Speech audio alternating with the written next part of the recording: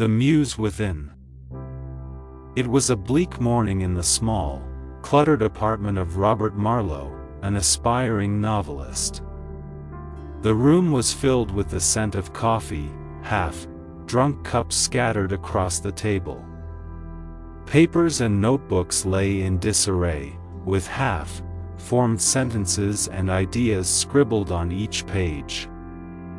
Robert had been struggling with writer's block for what seemed like an eternity. The cursor on his laptop blinked mockingly on an empty document, daring him to fill it with words. Robert had always been a passionate writer, driven by the desire to create stories that could touch the hearts of his readers. However, lately, his muse had been elusive, and he felt like he was trapped in a creative desert, with no oasis in sight. He had tried everything to break through his writer's block: writing prompts, inspirational quotes, walks in the park, and even consulting self-help books. But nothing seemed to work. Every day, Robert sat at his desk, staring at the blank page, trying to coax his ideas into existence. He felt like he was fighting a losing battle, and his self-doubt grew with each passing day. Friends and family encouraged him to keep going, but they didn't understand the depth of his struggle. His creativity had become a locked door, and he had misplaced the key. One afternoon, as the sun cast long shadows through his window, Robert decided he needed a break. He grabbed his jacket and headed to the local park. The autumn leaves crunched beneath his feet, and the cool breeze provided a momentary respite from his creative turmoil. He sat on a bench, watching children play and dogs chase after frisbees, and he envied their carefree existence. As Robert observed the world around him, a middle-aged woman caught his eye. She sat alone on another bench, engrossed in a book. Her eyes sparkled with the intensity of her reading, and her fingers turned the pages with excitement. Robert couldn't help but wonder what could hold her attention so completely in a world where he struggled to capture even a fleeting idea. A gust of wind blew, and one of the woman's loose pages flew away.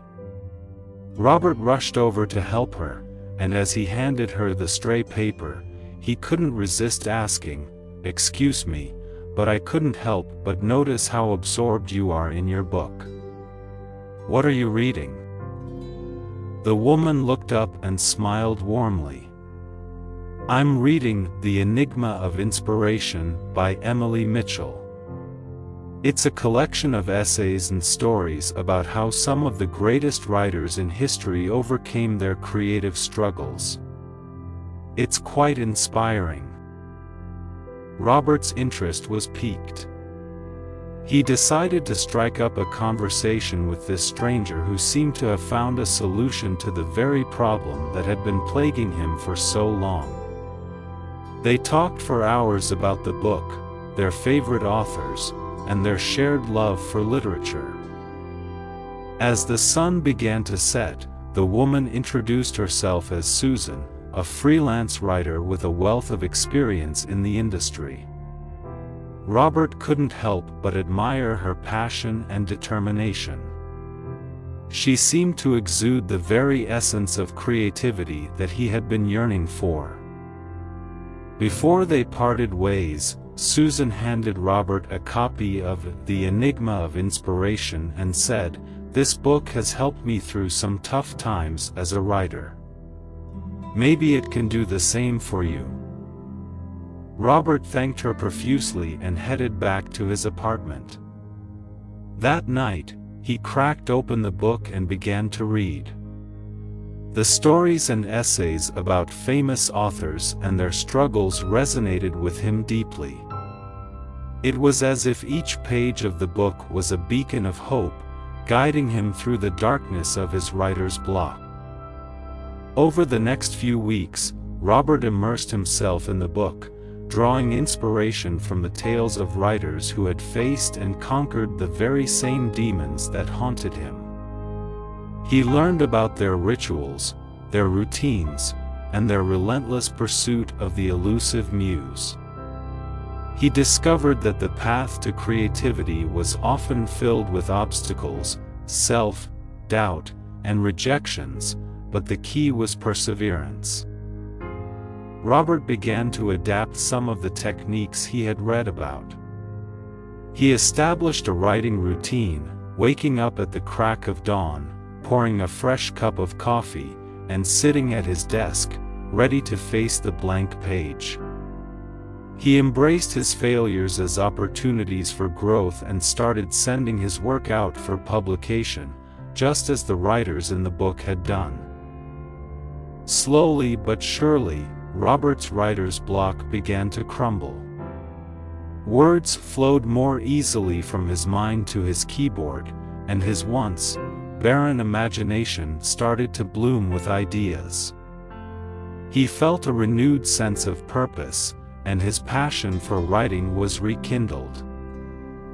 Robert didn't just stop at reading The Enigma of Inspiration. He reached out to Susan again and formed a mentorship relationship with her.